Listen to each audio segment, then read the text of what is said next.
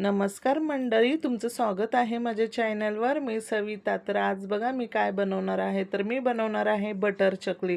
तर बटर चकली बनवण्यासाठी बघा मी इथे कढईमध्ये ना 1 ग्लास पाणी घेतलं आणि त्याच्यामध्ये एक बटरचा तुकडा टाकला आहे. आता 1 चमचा इथे मी ना कलोंजी घेतला आहे आणि 1 चमचा ओवा घेतला आहे, अजवाईन. आणि चवीप्रमाणे मीठ टाकून घेतलं इथे.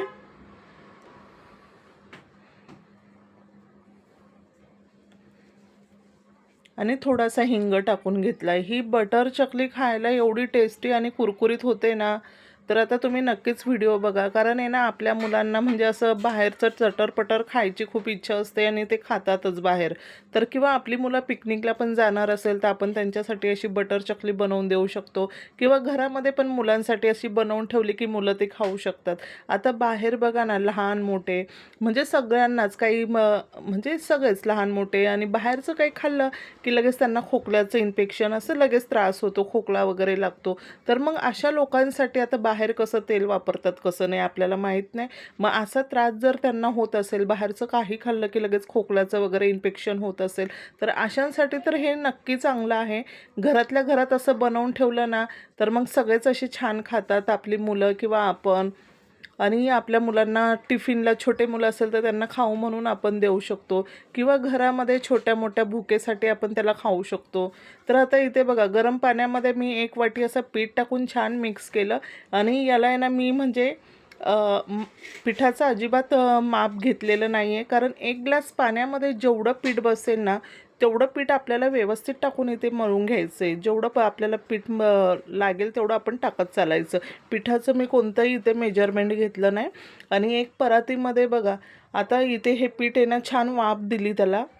सगळं छान मिक्स झाल्यानंतर त्याला वाफ देऊन घेतली. वाफ दिल्यानंतर त्याला जरा थंड होऊन दिलं 5 मिनटं आणि थोडं कोमट कोमट असतानाच असं परातीत काढून घेतलं. हाताला आहे ना पाणी लावायचं थोडंसं आणि छान मळून घ्यायचं एकदम सॉफ्ट. आपण जसं चपाती वगैरे बनवायला पीठ मळतो ना त्या पद्धतीने याला सॉफ्ट असं मळून घ्यायचं. याच्यात अजिबात अशा गिठोया वगैरे राहून द्यायच्या नाही, नाहीतर आपल्याला ना चकली काढताना साच्यामध्ये अडकलं की मग चकली काढायला खूप प्रॉब्लेम होतो. म्हणून व्यवस्थित हे एकदम असं गरम असतं जरा म्हणून पाणी लावून लावून छान याला सॉफ्ट करून घ्यायचं इथे.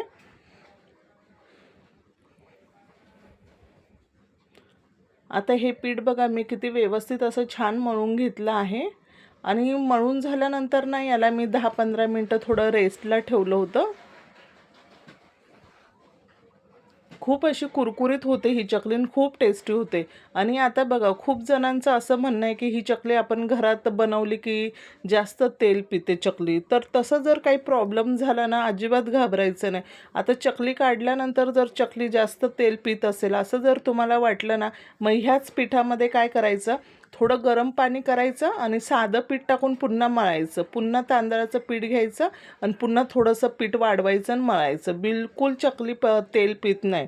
कधी असा प्रॉब्लेम झाला तर असं करायचं, घाबरायचं नाही.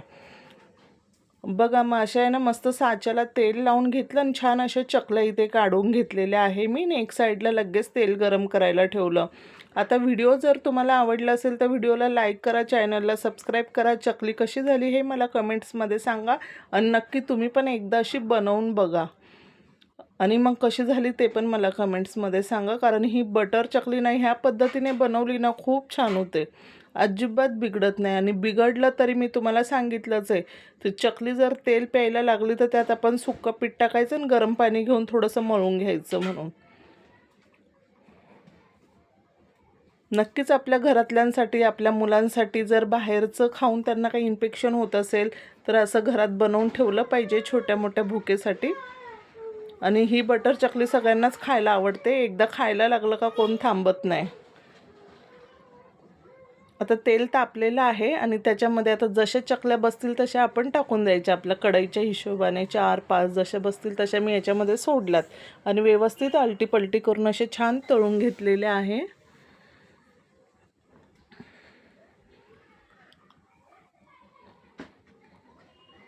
इथे बघा व्यवस्थित अशा छान तळून घ्यायच्या.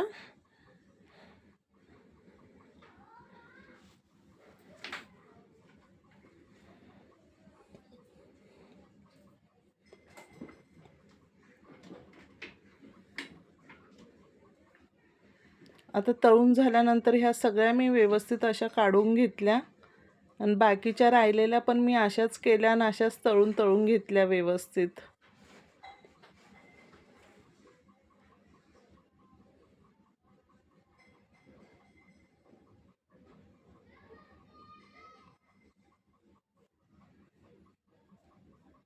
बघा किती कुरकुरीत झालेली आहे चकली आणि किती हे झाली आहे, अजिबात ऑइली नाही काय नाही. चला